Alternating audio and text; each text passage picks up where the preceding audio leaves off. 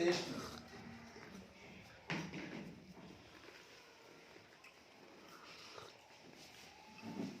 जब जिसको हम SC/ST OBC समाज आज की तारीख में संवैधानिक आधार पर कहते हैं, ज्यादा बात नहीं बोलूंगा, परेशान नहीं होंगे, 2 से 3 विषय को कंक्लूड करूंगा। और ये इसलिए भी मैं इस बात को रख रहा हूं क्योंकि हमको पढ़ना भी पड़ता है, क्योंकि पढ़ना इसलिए पड़ता है कि हमको समाज में जाना है, तो समाज को एक दिशा भी देनी पड़ती है। तो थोड़ा सा आपको मैं कुछ पीछे ले जाना चाहूंगा, और वो सारी बातें आपके दिमाग में है, मस्तिष्क में है, मैं सिर्फ आपको याद दिलाने की छोटी सी कोशिश करूंगा। तथागत, अभी कविता में तथागत बुद्ध का नाम आया, और उस कविता में ये संदेश है कि तथागत बुद्ध भी कुर्मी थे। ये आया है यहाँ से।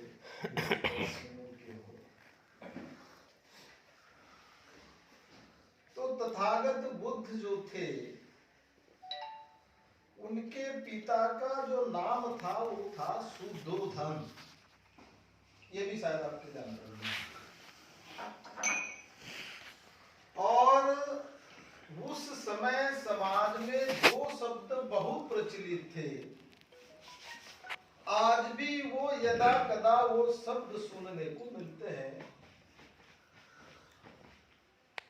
किसी व्यक्ति ने कोई कार्य किया और वो अगर असफल हो जाता है तो हम कहते हैं उसने सूझबूझ से कार्य नहीं किया। अभी हमारे जुबान से शब्द खत्म हो गया है। और समाज में आपको अगर ध्यान हो, या किसी लड़के ने कोई गलती कर दी तो परिवार के लोग यही कहते थे कि उसको कोई सूझबूझ नहीं है, सूझबूझ से उसने काम नहीं किया। तो ये जो सूझ और बूझ जो शब्द है,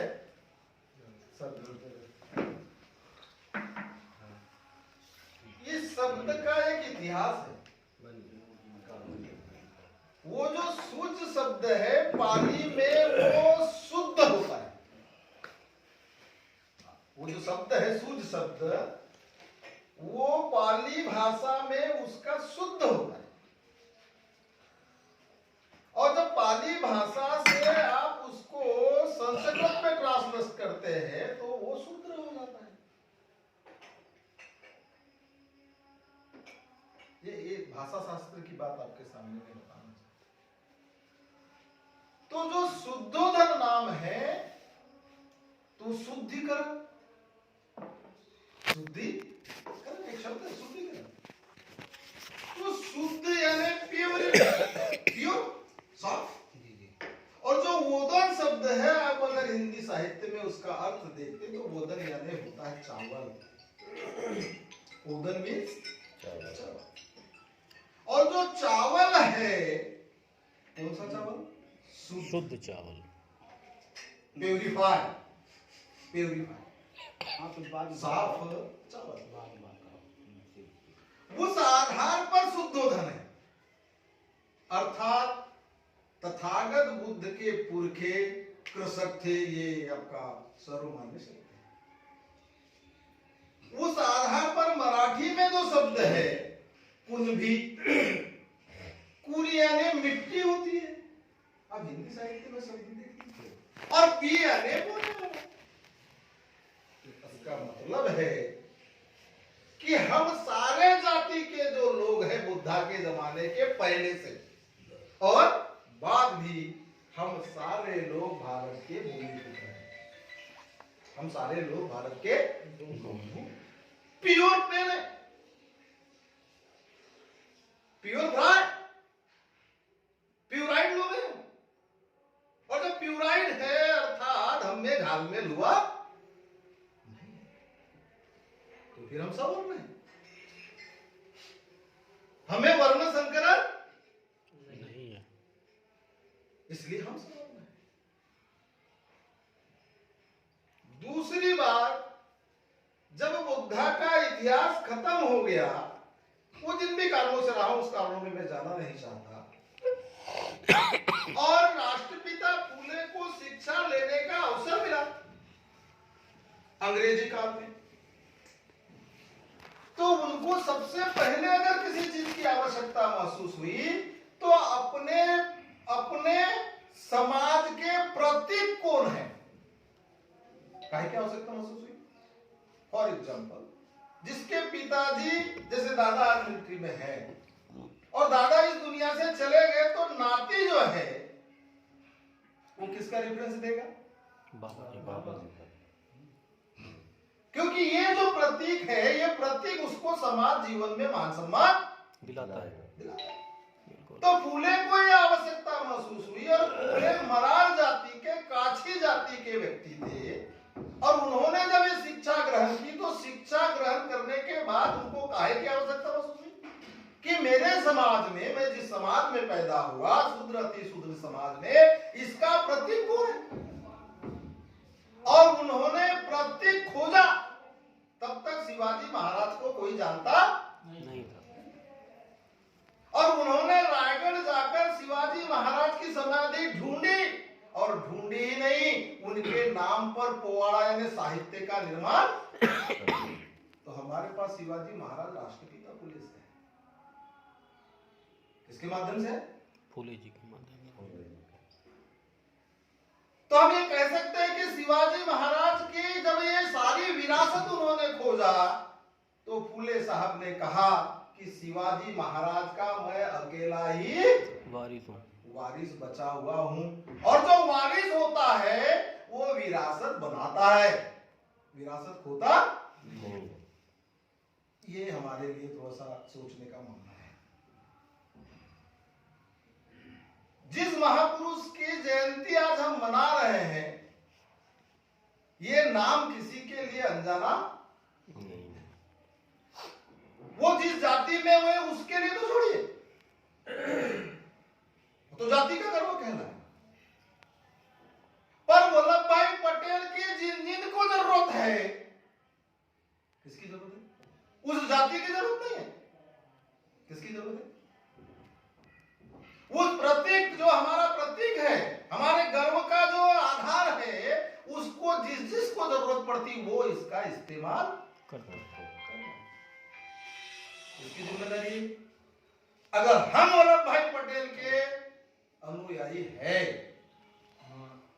तो उस विरासत को, उस प्रतीक को जिस पर हमें गर्व है, उसका कोई इस्तेमाल करता है तो बचाने की भी गारंटी हमारी होनी, तभी हम उनकी जायज संतान। तीसरी बात, वल्लभ भाई पटेल के बारे में जो वनवे सोचने वाले लोग, नाराज नहीं होगा मेरी बात, वनवे का मतलब होता है जो एक पक्ष से सोचते हैं।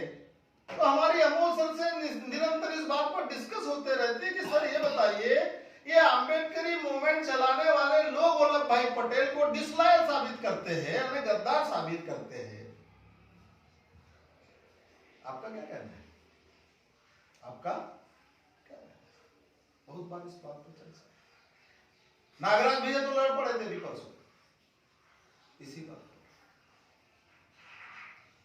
तो एक तरफ वो हमारे महापुरुष है, और हमारा ही भाई एक तरफ, उसको रीजन क्या है, ना हमको जानकारी है, और जो विरोध करता है ना उसको जानकारी। तो कुत्ते ने मेरे को काटा और मैंने कुत्ते को काटा, दोनों स्थिति में मैं क्या हुआ, एक पटेल गद्दार मानता है वल्लभ भाई पटेल को, और दूसरा पटेल कौन लड़ रहा, लड़ तो पटेल है। किसकी जिम्मेदारी है, ये जो गैप है, ये जो बौद्धिक गैप है, इसको पूर्ति करने की जिम्मेदारी किसकी है। दूसरा, ये कहां से आया सभ्रम, ये सभ्रम कहां से आया, वल्लभ भाई पटेल 14 लोगों का वोट लेकर प्रधानमंत्री बनने वाले थे, यही ना है हमारे पास। दूसरी क्या भारत की उन रियासतों के लोग एक साथ आने तैयार नहीं थे, पर उन्होंने अपने दृढ़ विश्वास का सबूत दिया कि नहीं, आपको लोकतंत्र आने वाला है और लोकतंत्र में राजा का बेटा राजा नहीं होगा, जनता राजा होगी, अपना निर्णय जनता करेगी। अर्थात लोकतंत्र के समर्थक हुए। लोकतंत्र के समर्थक हुए मतलब भारत के प्रत्येक नागरिक के समर्थक हुए, क्योंकि लोकतंत्र में ही आपके जीवन का जो उद्धार, वैभव और समृद्धि आने वाली है, वो लोकतंत्र से आने वाली है। तो क्या वल्लभ भाई पटेल लोकतंत्र के जनक नहीं है? फिर ये बात क्यों नहीं आई? अच्छा, लिखा नहीं। आप लोग कहेंगे लिखा, वो वास्तव में लिखा नहीं। पर अगर हम ये बात कहते हैं कि उन्होंने अखंड भारत निर्माण का सपना देखा, तो उसको साबित भी किया। पर अगर मान लो आज की सरकार यूनिटी ऑफ स्टेचू बनाता है और दूसरी तरफ उस वर्ग के लोगों के विरोध में निर्णय लेता है, और वो सारे पब्लिक सेक्टर जहां पर आपकी जीविका चलने वाली है, जहां रिप्रेजेंटेशन है, उसको खत्म करता है, उसी के नाम से करता है, इसको बचाने की जिम्मेदारी किसकी? अगर आज हम वल्लभ भाई पटेल की जयंती मना रहे हैं, तो गाना गाने से कुछ होने वाला नहीं। वो ये चाहते हैं कि नाम वल्लभ भाई पटेल का हो और हम उसके साथ हो जाते हैं। वो हमारे प्रतीक को हमारे सामने रखकर ही हमारे साथ ओबीसी के प्रधानमंत्री से ओबीसी का ही सत्यानाश कर रहे हैं। ओबीसी के प्रधानमंत्री से ही कहलवाते हैं कि ओबीसी की जनगणना नहीं होगी। आप किसके दुश्मन हैं? ओबीसी के दुश्मन। तो जिसका इस्तेमाल होता है उसकी इच्छा नहीं पूछी जाती। अब आपके महापुरुष का इस्तेमाल हुआ और आप सारी चीजें हासिल करना चाहते हैं, कैसे होगा? कैसे होगा? ये संभव नहीं। तीसरी बात, आर्टिकल 340 जो आया, ये बहुत लोगों ने सुना है, बड़ा फेमस है आर्टिकल ये, कि आर्टिकल 340 पिछड़े वर्ग के लिए आया और बाबा साहब इसको टेकअप कर रहे थे कॉन्स्टिट्यूशन असेंबली में, तो एससी एसटी को तो मिला, ये ऐसा ही बता। पर जैसे ही अदर बैकवर्ड क्लास का मामला आया, तो वल्लभ भाई ने पूछा कि ये ओबीसी कौन है? यही ना सुने आप? यही ना सुने? अब इतना लिखा हुआ है। अब आप उस परिस्थिति में जाने की कोशिश करेंगे तो आपको डिस्कस और डिबेट पढ़नी पड़ेगी। संविधान सभा में जो डिस्कस और डिबेट हुआ, वो एक आदमी के बस का मामला नहीं है, उठाकर ले जाए इतना है, क्योंकि 2 साल 11 माह 18 दिन का है, उसको तो कोई पढ़ता नहीं। तो आप देखेंगे कि आर्टिकल 340 बाबा साहब, ये कहा जाता है कि बाबा साहब ने पटल पे रखा और वल्लभ भाई पटेल ने इसका विरोध किया, ऐसा ही कहा जाता है, और हम उसको मान भी रहे। क्या सिचुएशन थी? वल्लभ भाई पटेल भी जानते थे कि बाबा साहब अछूतों के अर्थात शेड्यूल कास्ट के लीडर है, और वल्लभ भाई पटेल को भी बाबा साहब जानते थे। अब बाबा साहब का एक भी कमिट जो है वल्लभ भाई पटेल पे कहीं पर भी नहीं है कि वल्लभ भाई पटेल ने मेरे से सवाल किया इसलिए ओबीसी के लिए ये लागू नहीं हुआ, ऐसा कहीं भी नहीं। ये बोलने वाले लोगों ने कहां से सुन लिया? तो संविधान में अगर 340 आपके लिए नहीं है, पर सर्विसेज में रिप्रेजेंटेशन का जो अधिकार है वो 16(4) में है, तो 340 पहले आएगी कि 16(4)? 16(4). सर्विसेज में रिप्रेजेंटेशन जो है तो वहां वल्लभ भाई पटेल समर्थन में है, सर्विसेज का जो रिप्रेजेंटेशन है गवर्नमेंट में, उसके समर्थन में यहां पर वल्लभ भाई पटेल दिखाई देते हैं, और आर्टिकल 340 में दिखाई नहीं देते, ऐसा कैसे हो सकता है? एससी एसटी ओबीसी आर्टिकल 15 में ये लिखा है, SC ST OBC are backward class in citizen of India, हाँ ये लिखा। तो 15 पहले आएगा, 16 पहले आएगा कि 340 पहले आएगा? क्या पहले आएगा? 15 16। तो आर्टिकल 340 सर्विसेज का नहीं है, वो पॉलिटिकल रिप्रेजेंटेशन को मामला है। और आज अगर बाबा साहब ने पॉलिटिकल रिजर्वेशन 341 में अगर SC/ST को दिलवाया, तो आज जितने भी पॉलिटिकल रिप्रेजेंटेटिव SC/ST के हैं वो सबके सब क्या है, बोलते ही नहीं है, उनके गुलाम है। और आर्टिकल 340 लागू होता तो क्या होता?